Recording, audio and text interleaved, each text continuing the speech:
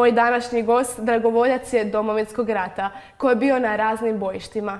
Godine 2011. pokreće i osniva udrugu branitelja Zajedno u ratu, zajedno u Kristu, koja 2015. godine mijenja ime i postaje Udruga veterana, vojnika i domoljuba. Uspomenu na obranu domovine želi se čuvati i prenijeti na nove generacije, pa se tako okušao u produkciji mnogih filmova. Njegov film prvijenac je Bura duše. O svom ratnom putu i životu nakon govori nam Dražen Krženjak. Dobro nam došli. Hvala na pozivu. Evo, gospodina Krženjak, 90. godina, bili ste mladić od svega 22 godine.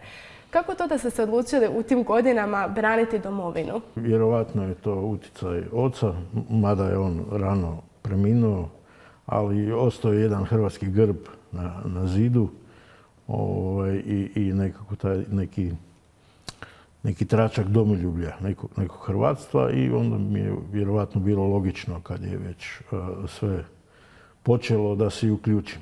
Naime, ja sam odslužio u vojsku, služio sam godinu dana 89. u Beogradu i tad sam već tamo vidio da se stvar počinje kuhat.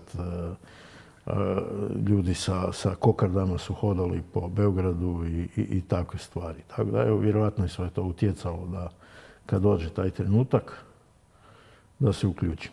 A kako je izgledao vaš ratni put? Ratni put je od rujna 1991. sam ratni put, ali već tamo sa onim formiranjem nenaoružanih odreda, jer nije bilo oružja. Znači, po Zagrebu smo imali takozvane trojke gdje smo se okupili i bili spremni, ako bude što bude, raditi.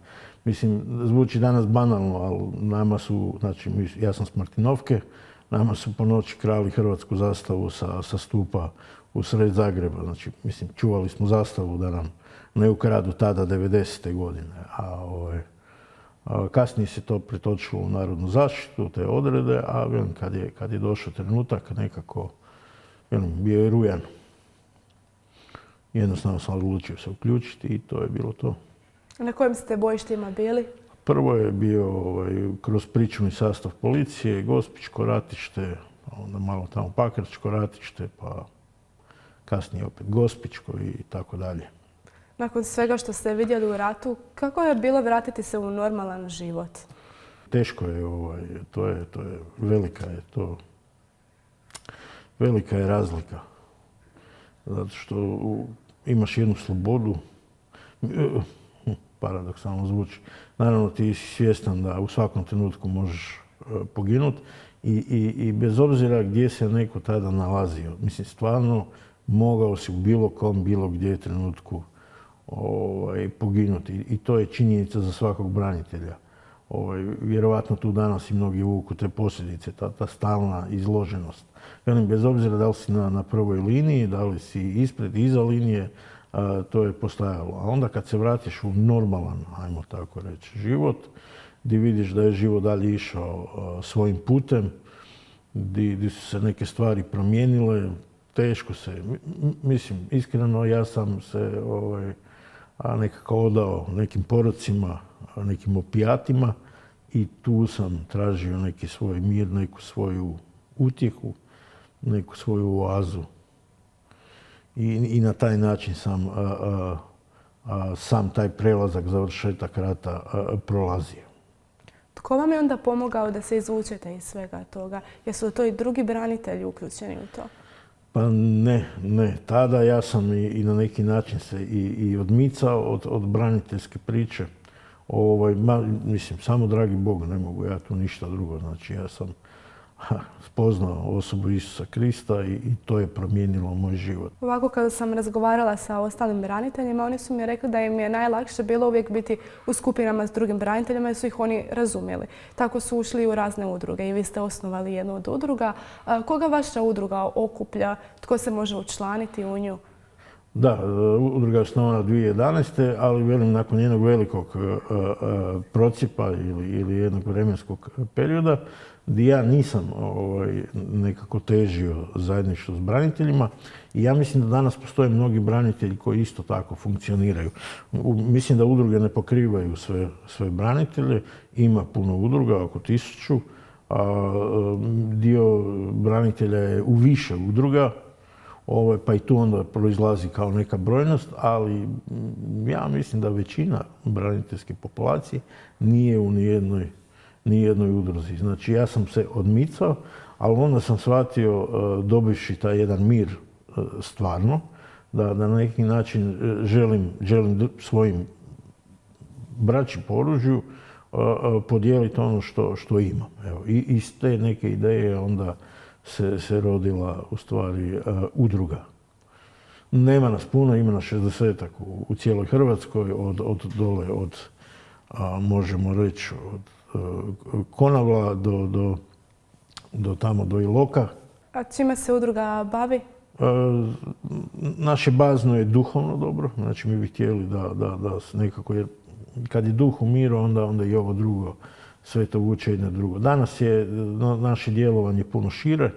Velim, iz te inicijalno, znači tog jednog zajedništva kroz braniteljstvo i kroz vjeru u Krista smo shvatili da je to možda ljudima malo previše, pa smo onda ipak ublažili naziv. Mi nismo promijenili ono tko mi jesmo.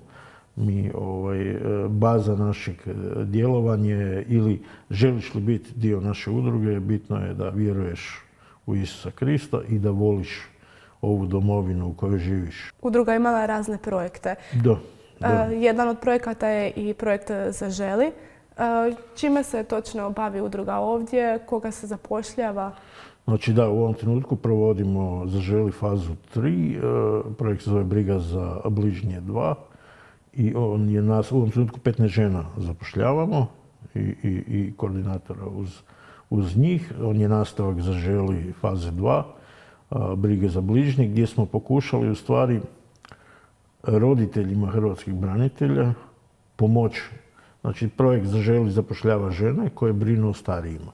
A onda roditelji su stariji i htjeli smo u stvari usmjeriti tu mogućnost. A zašto smo to htjeli? Zato što smo prije toga vodili EU projekt Briga za branitelje kroz mrežu institucionalne podrške, razvoj izvan institucionalne mreže pomoći. I tada smo pomagali isključivo braniteljima. Nismo kroz projekt mogli pomagati roditeljima. Onda nam se učinilo zgodno da evo, prepoznali smo taj projekt Zaželi, javili se i dobili ga. To je jako lijepo. Uz sve te projekte imate i jedan možda drugima jako je zanimljivo, a to je filmovi. Koja je tematika filmova, kako se zovu? Prvi je znači bio Bura duše i u stvari on je prvijenac. Burom duše mi nismo razmišljali o filmu, mi smo razmišljali o poruci tog filma. A poruka je bila da se ljudi ne ubijaju. Znači, čovjek kad se ubije, to je kraj. Ne? Tamo u Bibliji nalazimo da i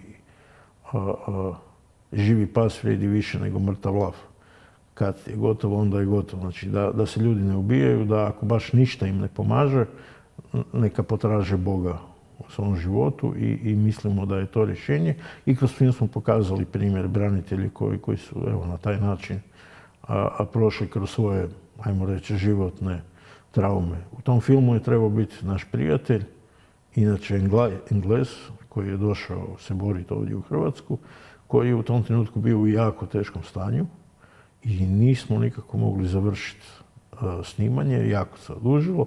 Na kraju smo odlučili da ćemo bez njega završiti, a ostao je na neki način dug prema njemu. Bila je želja da jednostavno tu njegovu spremnost, volju, žrtvu da dođe braniti nešto tuđe snimimo. I onda smo rekli, ok, ajmo snimiti i kad bude ok o njemu, pa na neki način mu se zahvaliti. I iz te ideje da njemu napravimo neku kratku zahvalu smo snimili cijeli film koji se zove 1991. koji je bio onako vrlo produkcijski zahtjevan. Bilo je tu dosta skepse zato što smo ga procijenili na vrijednost koja je recimo duplo veća nego što se inače snimaju dokumentarni filmovi u Hrvata. Vaš rad je prepoznao i predsjednika i vlada. Koliko to vama znači? Pa dobro, znači, da, kako ne. Mislim, bez obzira koliko nas žalosti i boli što ta relacija, taj odnos nije bolji, što je u stvari se stalno prepucavanje, a ne zajedništvo, jer bez sloge nema, bez zajedništva nema ni napretka. Puno znači, mislim, to su institucije. Znači, bez obzira ko je predsjednik, on je predsjednik institucije. Tako da. Koji su daljnji planovi vaše udruge? Trenutno snimamo film Dole na jugu pod imenom Na pragu grada sa redateljem Duperom i poslije toga još 2. Spremamo se za nove EU projekte.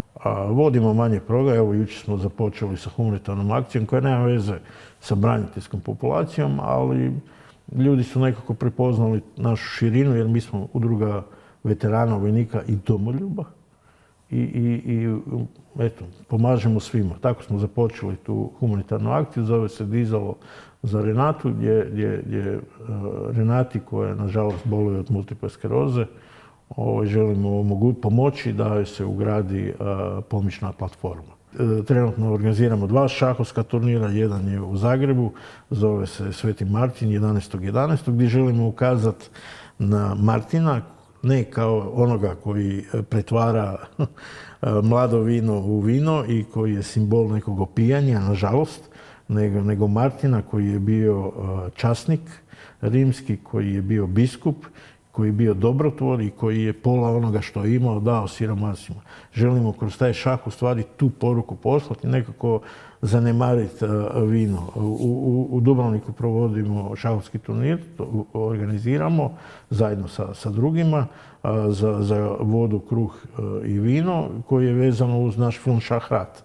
Znači, 1991. u Dubrovniku, u to vrijeme dok je grad u okruženju, šahisti igraju šahovsku partiju i oni stvarno igraju, prva nagrada je 5 litara vode. Evo sad ovo je smiješno nama, mi mislimo da je ovo eksponat, ali tada je 5 litara vode značilo nešto. I ima onda još nešto i tu bi, ako mogu pozvati ljude, to će se dogoditi 25.3. Organiziramo braniteljski troboj, spojili smo šah, biljar i pikado. Jedno od radova koje ste isto tako napravili je i ova knjiga koja se nalazi kod nas na stolu. O čemu je točno riječ u knjizi i kako je ona nastala? Nastala je na neki način nakon potresa, ne što učiniti kada se trese tlo pod nogama. Ona je više u stvari se bavi životnim potresima. Vlado Hobla je autor knjige, inače naš član, je nevjerojatna osoba, inače ponos Hrvatske, udomitelj bezbrojne djece, šalimo se da on nikad ne zna koliko djece ima. Tako da evo i ovim putem bi ga drage volje pozdravio. A što želite poručiti svojim radom? Mi samo želimo napraviti promjenu tu gdje jesmo. Prvo, mislim, promjena kreće od čovjeka samog, moraš raditi na sebi. Onda kad radiš na sebi, onda jednostavno želiš i malo raditi na ovom svom okruženju. Ljudi su nesretni sa politikom, misle da se ne treba baviti politikom, ali tko će se onda baviti politikom? Pozvani smo se uključiti u društvo oko sebe, neko politikom, a neko nekim drugim radom, ali moramo doprinijeti. Branitelji su doprinijeli nevjerojatno tada ratnih godina, branitelji imaju taj kapacitet i danas, a većina branitelja posle rata se vratila svojim poslovima ako su ih imali ili su našli neko drugo radno mjesto, rade, a ta neka slika branitelja kao parazita je katastrofalna, ona je nefer, ona proizlazi iz nekih drugih, ja bih rekao, izvora ili ciljeva kojih ljudi nažalost nisu svjesni ili ne žele biti. Znači, mi konstantno imamo neprijatelje i to je činjenica. Živimo, nažalost, u društvu nepravde i to je, ja mislim, glavno obilježje.